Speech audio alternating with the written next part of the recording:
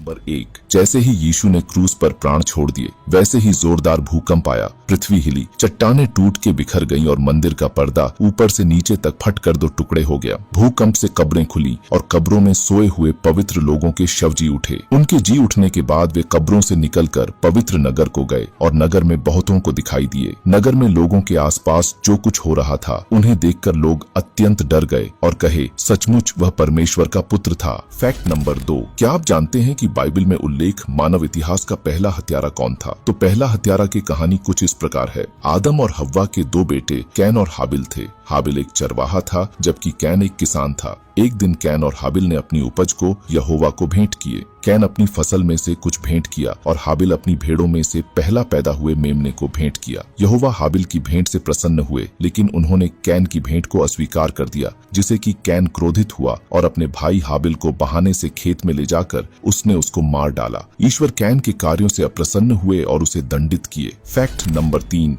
यीशु मृतकों में से पुनर्जीवित होने से पहले वे नरक में गए थे। लेकिन क्यों? एक पवित्र आत्मा को नरक में क्यों जाना पड़ा? आइए जानते हैं। बाइबल के मुताबिक शुरुआत से ही शैतान यीशु पर विजयी पाना चाहता था, लेकिन यीशु पहले से ही शैतान को हराने के लिए तैयार था। और जब यीशु ने क्रूस पर अपने बलिदान की शक्ति प्रकट की, तो पूरे नरक की खाई में गूंज उठी और मृतकों में से पुनर्जीवित होने से पहले वे नरक में गए। नरक में यीशु ने पाप और मृत्यु पर विजय की घोषणा किया और उन धर्मियों की आत्माओं को मुक्त किया जो उनके आने से पहले मर गए थे, और शैतान के आतंक को अंत किया, जिसे कि नरक की नींव कांप उठी। Fact number 4। रोमन शासन काल के दौरान उनका एक प्रथा था कि जब भी किसी अपराधी को मृत्यु का दंड देते थे, तो उसके वहां एक बोर्ड पर उस व्यक्ति की गुनाह या अपराध को लिख देते थे, ताकि वहां से गुजरते लोग पढ़कर जान पाएं कि उस व्यक्ति ने क्या गुनाह किया था और आगे से वे उस प्रकार का अपराध न करें। उसी प्रकार जब यीशु मसीह को क्रूस पर चढ़ाया गया, तो उनके क्रूस पर भी एक दोष पत्र लिखवाया गया,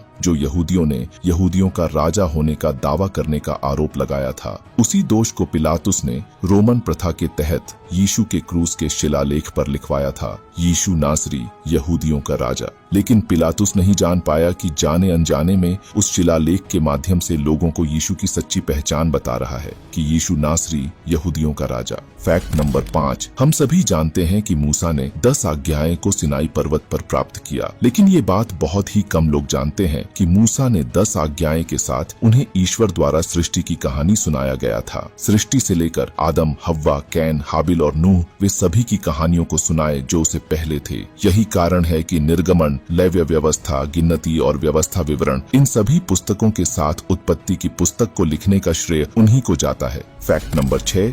यीशु ने व्यभिचारी स्त्री को माफ करने से पहले रेत पर अपनी उंगली से क्यों लिखा? आइए जानते हैं। यूहन्ना अध्याय 8। जब फरीसियों ने व्यभिचार करते पकड़ी गई एक स्त्री को यीशु के सामने पेश किए और उसे पूछे कि तू इस स्त्री के विषय में क्या कहता है जो व्यभिचार करते पकड़ी गई है, क्योंकि मूसा की व्यवस्था में लिखा गया है कि ऐसी स्त्रियों पर पथराव करके मार डालें। तब यीशु उनको जवाब देने की बजाय वे झुककर अपनी उंगली से रेत पर लिखकर वहां मौजूद लोगों को संकेत दिए कि मैं वही हूं जिसने सिनाई पर्वत पर मूसा को व्यवस्था दिया था, और उस व्यवस्था के तहत उन्हीं को सजा देने का हक है जो निष्पाप हो। जब वे लोग यीशु के संकेत को नहीं समझे और वे पूछते रहे, तो यीशु सीधे होकर उनसे कहा, तुम में से जो निष्पाप है वही पहले उसको पत्थर मारे। यीशु की यह बात सुनकर वे लोग एक एक करके चले गए, क्योंकि वहां पर यीशु के अलावा कोई भी निष्पाप नहीं था। फिर यीशु ने उस स्त्री को क्षमा किया और दोबारा पाप न करने को कहा।